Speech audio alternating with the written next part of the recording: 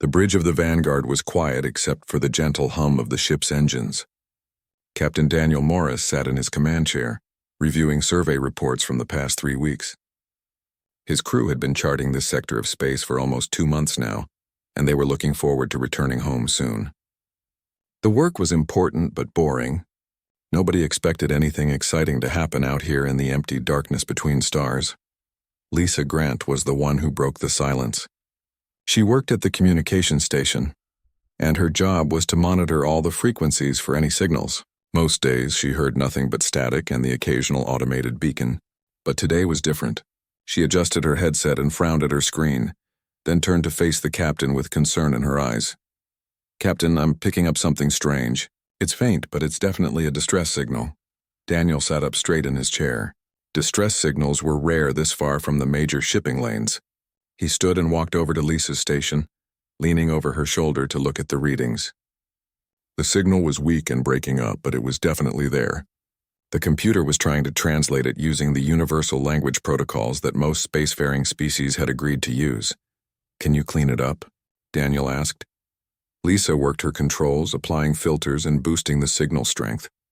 Slowly, words began to form on her screen.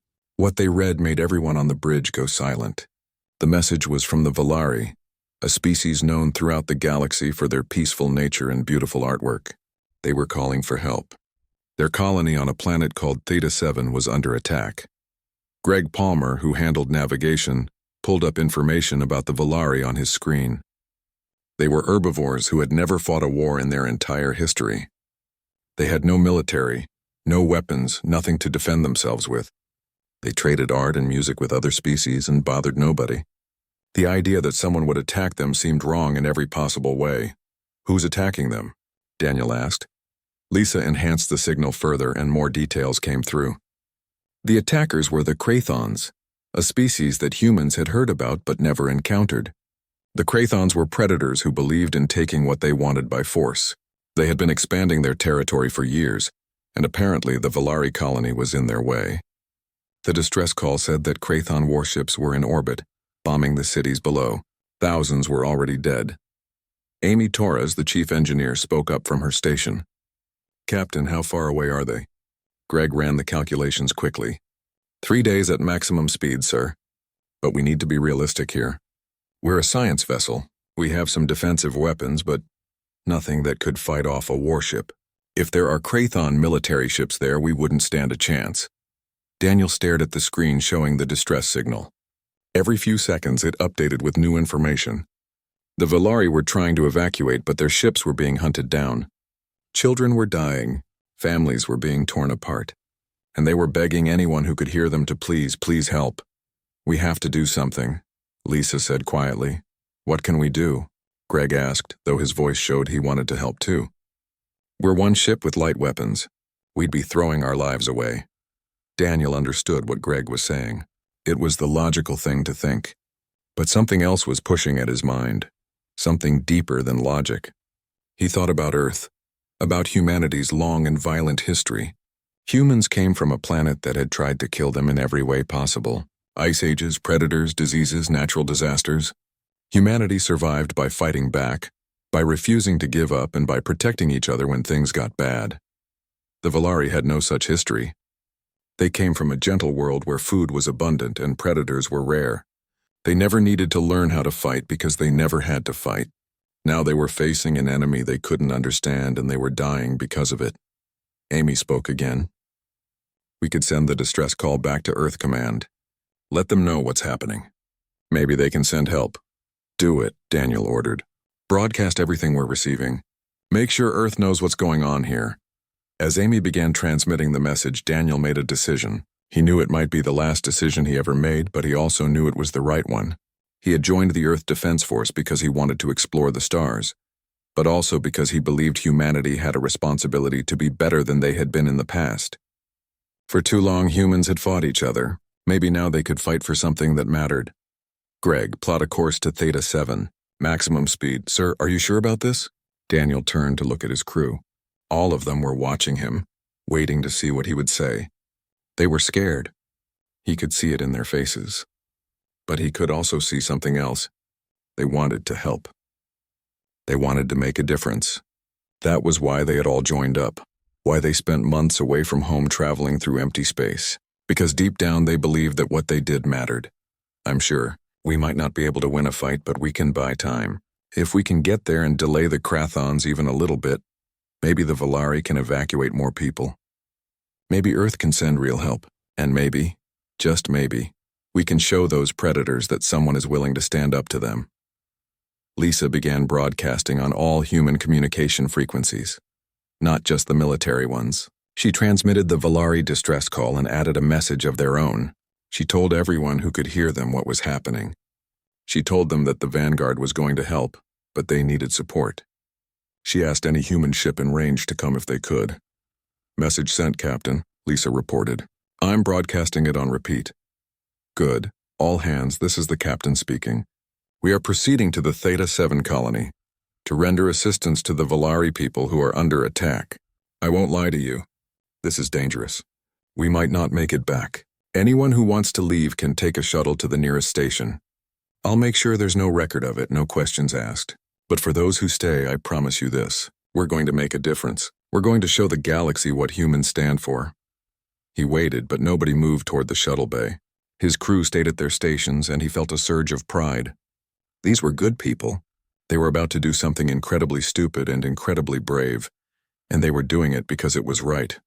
The Vanguard's engines burned brighter as they accelerated toward Theta 7. Behind them, the message spread through human space like wildfire. And slowly, one by one, other ships began changing their courses, heading toward the same destination. They were coming to help not because they had to, but because they chose to. Because that was what humans did when someone needed help. 3 days. That was how long it would take them to reach the Volari. Daniel hoped it would be enough time. He hoped they could make a difference. And most of all, he hoped that Earth would send the cavalry, because he had a feeling they were going to need it. Admiral Patricia Hayes was finishing her coffee when the emergency alert came through. She was at Earth Defense Force headquarters, working through the usual mountain of reports and requisition forms that came with running humanity's military. It was late, almost midnight, and she was looking forward to going home. Then her screen lit up with priority alerts and everything changed. The message from the Vanguard played on her screen. She heard Lisa Grant's voice explaining the situation, heard the Volari distress calls in the background, and saw the data about the Krathon attack. Patricia had been in the military for 30 years, and she had seen a lot of terrible things. But this made her angry in a way she hadn't felt in a long time. The Volari were peaceful. They had never hurt anyone, and now they were being slaughtered. She activated the emergency protocol and began calling in her senior staff. Within an hour, the command center was full of officers reviewing the situation and planning a response. The problem was distance. Theta 7 was far away, and even with their fastest ships it would take time to get there. Time the Volari might not have. "How many ships can we mobilize?" Patricia asked her logistics officer. "We can have a battle group ready in 12 hours, ma'am. 3 destroyers, 2 cruisers, and a carrier. That's the fastest we can manage. Make it happen. I want them in space as soon as possible." But even as she gave the orders, Patricia knew it might not be enough. The Krathons were supposed to have a significant military presence in that sector. 5 ships might not be sufficient to win the fight. She needed more. But the rest of the fleet was scattered across human territory, and it would take days to gather them. Then something unexpected happened. Reports started coming in from civilian traffic control. Ships were leaving their regular routes and heading toward Theta 7. Dozens of them at first, then hundreds. Mining vessels, cargo haulers, colony transports, even some luxury yachts. All of them had picked up the Vanguard's broadcast, and all of them were responding. Patricia watched the tracking screen in amazement as ship after ship changed course. These weren't military vessels. Most of them had no weapons at all. But they were coming anyway, volunteering to help people they had never met, traveling to a battle they might not survive. Across human space, similar scenes were playing out. On the mining station Artemis 9, a crew of asteroid miners were gathered in their break room, watching the news feeds about the Volari attack. Their shift boss, a woman named Nicole Rivers, stood up and addressed her team. "I know we signed on to mine rocks, not fight wars. But those people need help, and I'm going. Anyone who wants to come with me, the Iron Phoenix launches in 2 hours." Her first mate, Jake Turner, shook his head. "Nicole, we're not soldiers. We're miners. What are we going to do against warships? I don't know, Nicole admitted. But I know what happens when good people do nothing. My family has stories about that. About times in Earth's history when people looked away while others suffered. I'm not going to be one of those people. I'm going to help if I can. One by one, her crew stood up and agreed to go with her. They spent the next 2 hours loading their ship with whatever supplies they could find, and welding mining equipment onto their hull. If they couldn't bring proper weapons, they would bring what they had. Mining lasers, explosive charges, reinforced hulls built to withstand asteroid impacts. It wasn't much, but it was something. On the military destroyer Valiant, Lieutenant Kyle Bennett was writing a message to his family. He had volunteered for the mission to Theta 7, and he wanted them to understand why. His hand shook slightly as he typed. Mom, Dad, by the time you read this, I'll be on my way to help the Volari. I know you'll worry, and I'm sorry for that.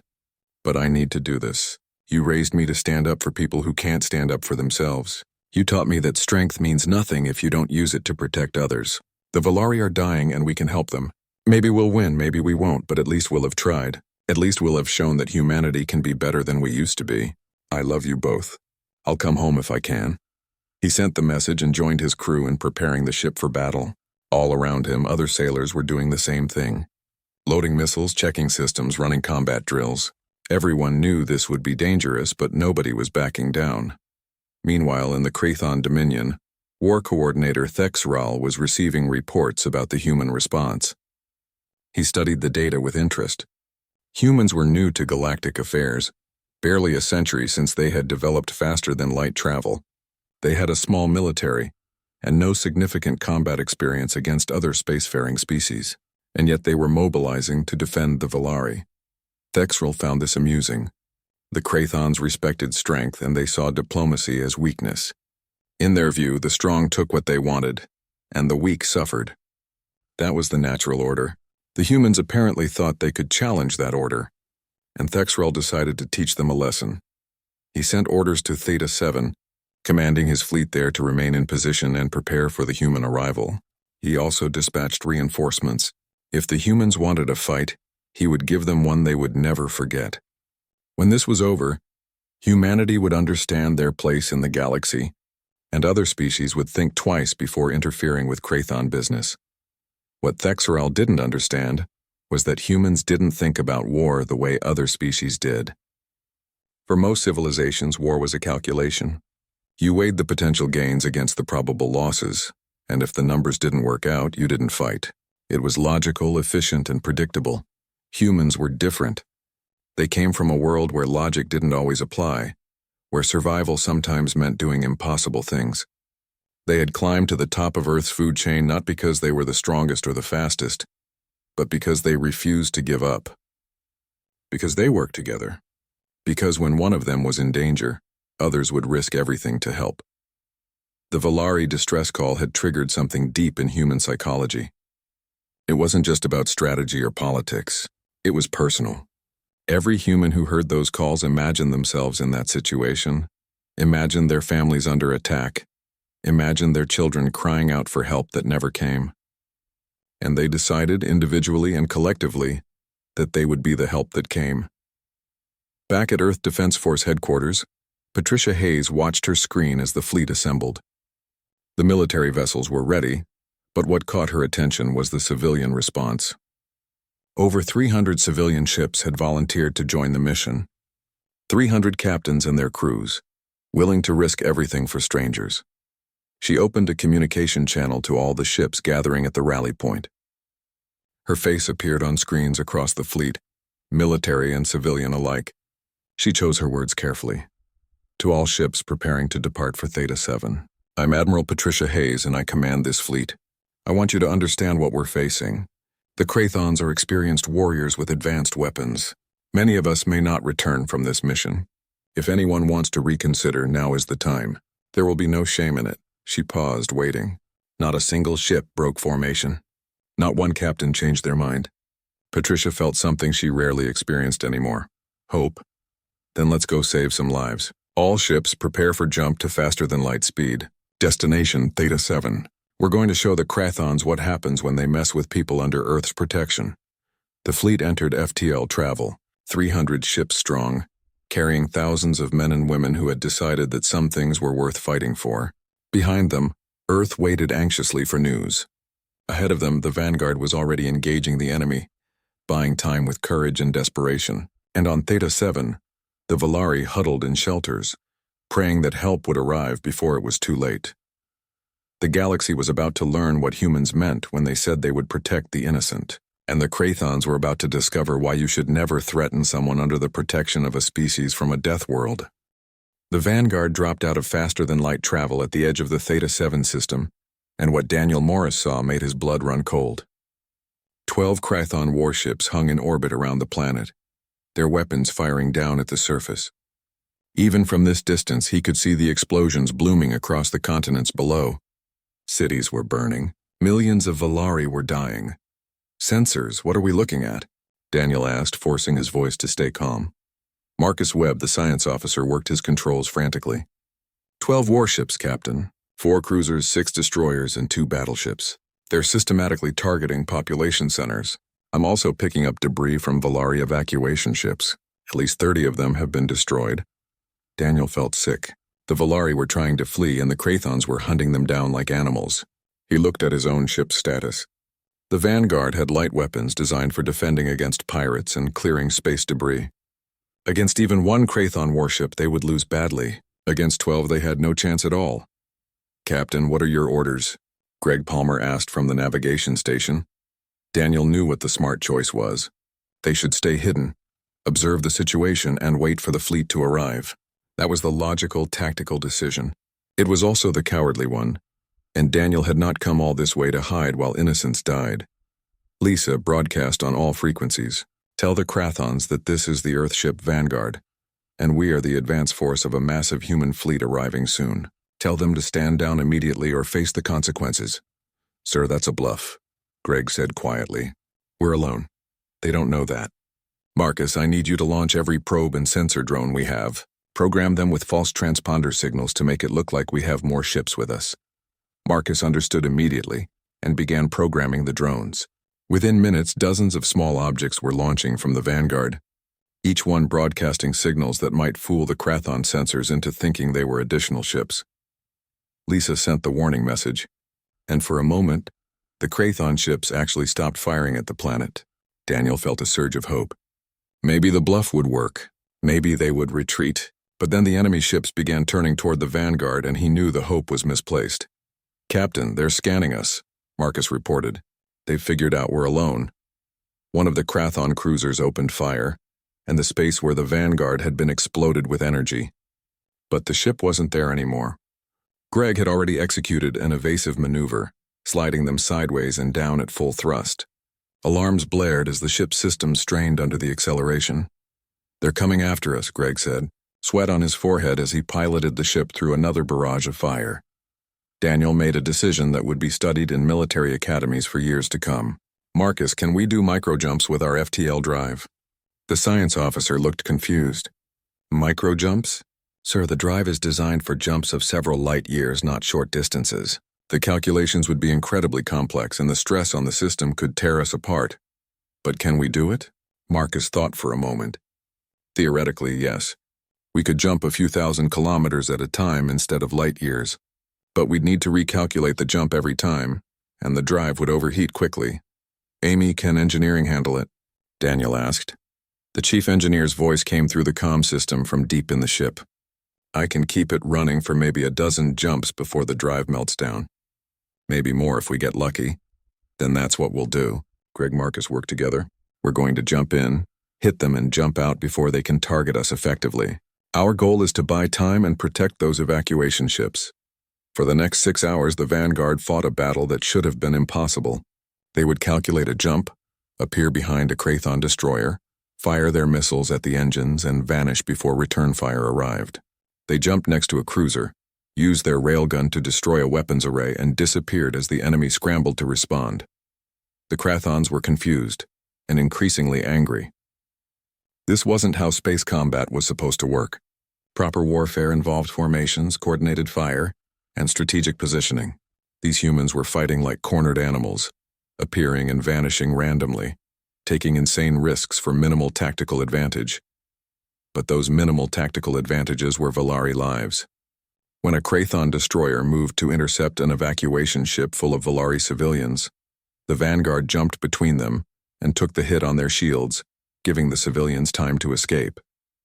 When 3 Valari transports were surrounded, the Vanguard appeared in the middle of the enemy formation and launched every missile they had, forcing the Krathons to scatter.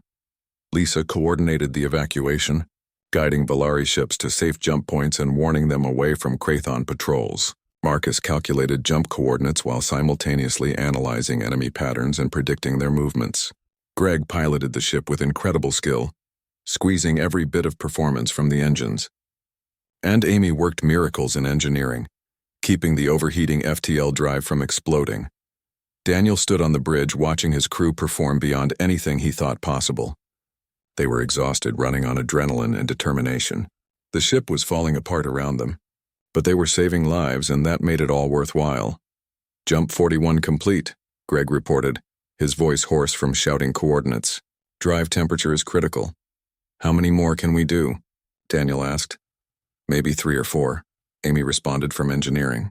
After that, we're flying on normal engines only. Then we make them count. Marcus, where are the Valari evacuation ships? Most of them have made it to safe jump distance, Captain. We've saved 17 ships so far, but there's still 3 more trying to reach orbit from the surface. Then we keep them safe. Plot a jump to intercept any Krathon ships heading for the planet. They made jumps 42 and 43 successfully, destroying the engines of 2 more Krathon destroyers and creating enough chaos to let the final Valari ships escape. But on jump 44, something went wrong. The drive had been pushed too far, and when they tried to engage it, the systems overloaded. The Vanguard emerged from FTL spinning out of control, emergency alarms shrieking, sparks flying from damaged consoles. Daniel was thrown from his chair, and he heard Lisa scream as her station exploded in a shower of electrical fire. Greg fought with the controls, trying to stabilize their spin, but the maneuvering thrusters weren't responding. Engineering, I need thrusters, Greg shouted. There was no response. Daniel pulled himself up and checked the ship's status. Half their systems were offline, shields were gone, and the hull was breached in 3 locations. They were dead in space, spinning helplessly. The Krathon ships closed in, sensing an easy kill. Daniel could see them on the remaining screens, moving into position for the final attack. He thought about his crew, about the Valari they had saved, about Earth and the fleet that was still days away from arriving. It's been an honor serving with all of you, he said quietly. Lisa, bleeding from a cut on her forehead, looked up from her damaged console. Captain, I'm picking up something. Multiple ships dropping out of FTL behind the Krathon fleet. Daniel felt his heart jump. Is it them? Is it the fleet? Marcus, still working at his science station despite a broken arm, adjusted his sensors. Confirmed, Captain. I'm reading over 300 ships. It's the human fleet. They're here.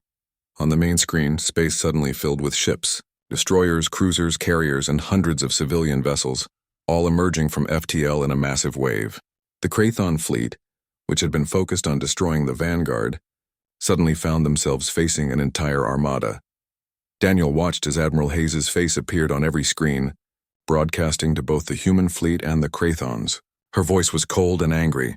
This is Admiral Patricia Hayes of the Earth Defense Force. You have attacked a peaceful species and threatened a human vessel.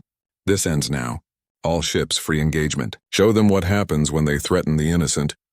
The space around Theta 7 erupted into battle. Missiles flew. Energy weapons lit up the darkness, and ships from Earth swept down on the Krathons like an avenging storm. Daniel felt tears running down his face, whether from relief or exhaustion or joy, he couldn't tell. The Vanguard had held the line. They had bought enough time. The cavalry had arrived, and now the Krathons were going to learn what it meant to anger humanity. War Coordinator Thexrel watched his tactical display with growing alarm as the human fleet emerged from faster-than-light travel. Over 300 ships appeared in the system, but what disturbed him more than their numbers was their formation. There was no formation. The ships were scattered across a massive volume of space with no apparent organization, no command structure, no tactical coherence whatsoever. Analysis, he demanded of his tactical officer. Sir, their deployment makes no sense. Military vessels are mixed with civilian ships. There's no clear chain of command visible. They appear to be operating independently. Thexerel studied the display. This had to be a trick of some kind. No species fought like this. Proper military doctrine required coordination, hierarchy, and disciplined execution of battle plans. What he was seeing looked like chaos. But then the human ships began moving and he realized something terrifying. It wasn't chaos. It was organized chaos, and there was a difference. Admiral Patricia Hayes stood on the bridge of her flagship, the battle cruiser Defiant, and watched her tactical display. The Krathon fleet was larger than she had hoped, but smaller than she had feared. 12 warships against her 300. The odds were in humanity's favor, but she knew the Krathons were experienced fighters with superior weapons technology on their individual ships. All ships, you have free engagement. Protect the Volari, protect each other, and show no mercy to anyone who threatens civilians. Move in. The battle that followed would be talked about for generations. The military vessels formed up into coordinated strike groups, moving with practiced precision to engage the Krathon capital ships. But the civilian vessels fought with a creativity that shocked everyone watching. Nicole Rivers, captain of the mining ship Iron Phoenix, accelerated straight toward a Krathon cruiser. Her crew had spent the journey welding mining equipment onto their hull and loading their cargo bay with every explosive they could find. As they approached, she opened a comm channel to her crew. You all know the plan. Jake, you ready with that mining laser? Her first mate, Jake Turner, was positioned at what used to be a cargo handling station, but was now jury-rigged to control their industrial mining laser. Ready, Captain? This thing cuts through asteroids like butter. Let's see how it handles their shields. The Iron Phoenix closed to within dangerous range of the Krathon cruiser, and Jake fired the mining laser. The beam, designed to slice through solid rock, hit the cruiser's shields and began burning through them. The Krathons returned fire, hitting the Phoenix's reinforced hull. But mining ships were built to withstand impacts from asteroids. The civilian vessel shook but held together. Shields are down on their starboard side, Jake reported. Good. Launching the surprise. Nicole activated the cargo bay doors, and dozens of mining drones poured out. Each drone had been modified with explosive charges attached to their frames. The small objects swarmed toward the Krathon cruiser, too numerous and too small for the point defense systems to track effectively.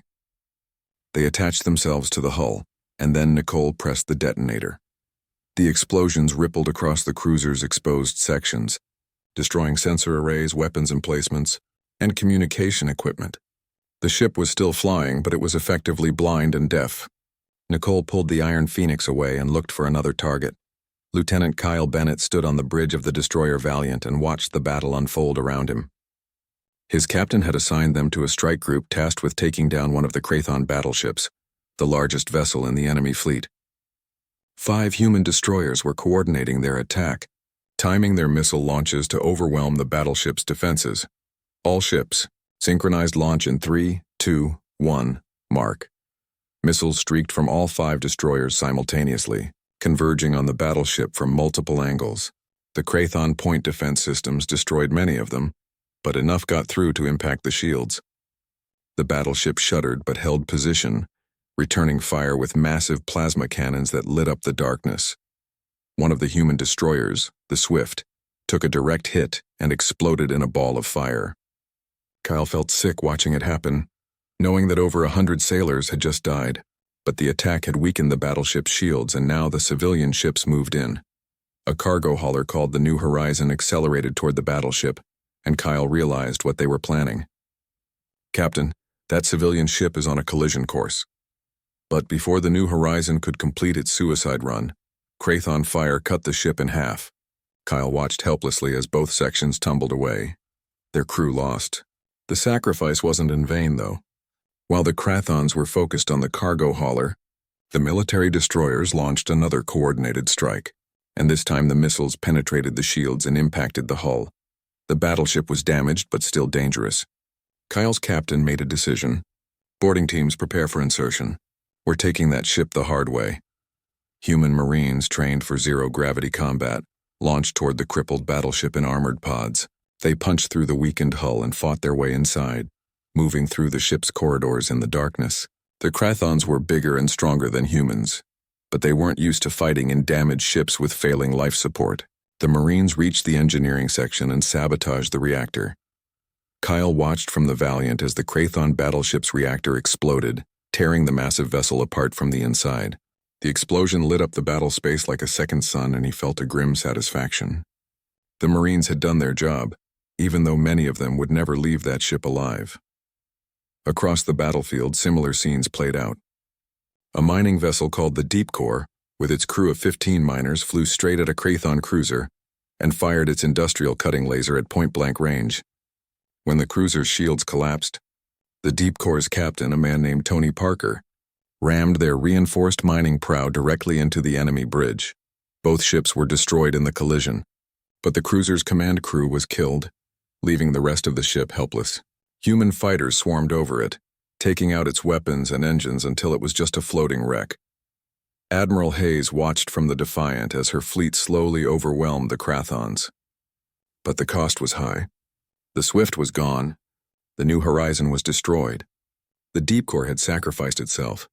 Dozens of other ships, military and civilian, were damaged or destroyed. Thousands of humans had died in the battle. Then Thexeral, watching his fleet crumble, made a desperate decision. If he couldn't win, he would at least complete his mission. He ordered his flagship to target the planet itself with its main weapon, a massive plasma cannon designed to break through planetary defenses. One shot would sterilize a large section of Theta-7, killing millions of Valari. Daniel Morris, still aboard the crippled Vanguard, saw the Krathon flagship's weapons charging. He knew what it meant. They were going to kill everyone on the planet below, the very people his crew had fought so hard to save, and there was nothing he could do about it. His ship was damaged, his drive was destroyed, his weapons were offline, but his ship still had momentum, and in space, momentum was everything. All crew, abandon ship immediately. You have 30 seconds to reach the escape shuttles. Captain, what are you doing? Lisa asked, though she already knew the answer. Buying us a future worth living in. Now go, that's an order. Most of the crew rushed to the escape shuttles, but Lisa stayed at her station, coordinating the evacuation. Greg remained at navigation, his hands ready on the controls. Amy stayed in engineering, ready to give the captain every last bit of power the dying ship had left. Captain, we're not leaving you, Amy said over the comm. Daniel felt tears in his eyes. Then let's make this count. Greg, plot a collision course with that flagship. Amy, give me everything you've got left. Lisa, transmit our final message to the fleet. Tell them it's been an honor. The Vanguard, a science vessel that was never meant for war, accelerated toward the Krathon flagship. Enemy fire tore through the hull, ripping apart deck after deck. The bridge viewport cracked. Alarms screamed, and 4 humans who could have run but chose to stay guided their ship toward its final target. 5 seconds. Greg counted down calmly. 4, 3, 2, 1. The Vanguard struck the Krathon flagship at a significant fraction of the speed of light. The explosion was visible from the surface of Theta-7, a brief star burning in the sky above. Both ships were instantly vaporized along with their crews. Admiral Hayes watched in silence as the debris field expanded. The Krathon flagship was gone, and with it the threat to the planet. But the cost was Daniel Morris and his crew, heroes who had fought impossible odds and given everything they had. The remaining Krathon ships, leaderless and demoralized, began retreating. They jumped to faster-than-light speed and fled the system. The battle was over. Humanity had won. But Admiral Hayes felt no joy in the victory, only sadness for those who would never come home. 3 weeks after the battle at Theta-7, the Galactic Council convened an emergency session. The massive chamber was filled with representatives from hundreds of species, all talking at once about the incident. The war between humanity and the Krathon Dominion had shocked everyone, not because humans won, but because of how they fought and why they fought. The council chambers were designed to hold thousands, with each species having their own section based on their environmental needs. Some areas were filled with water for aquatic species. Others had high-pressure atmospheres for species from heavy-gravity worlds. The humans sat in a section designed for species similar to themselves, and they were surrounded by delegations that looked at them with mixtures of fear, respect, and confusion. The Krathon ambassador stood at the central speaking platform, his large form imposing as he addressed the council. He was angry and humiliated, and he wanted punishment for Earth. He played footage of the battle on the massive viewing screens, showing human ships ramming Krathon vessels, civilian ships attacking military targets, and Marines fighting in conditions that would kill most species. "This is barbaric warfare," the Krathon ambassador declared. "These humans fight without honor, without rules, without respect for proper military conduct. They use civilian vessels in combat. They sacrifice their own people in suicide attacks. They show no mercy and take no prisoners. The Galactic Council must sanction Earth for these violations of civilized warfare." Many species in the chamber nodded in agreement. The footage was disturbing to them.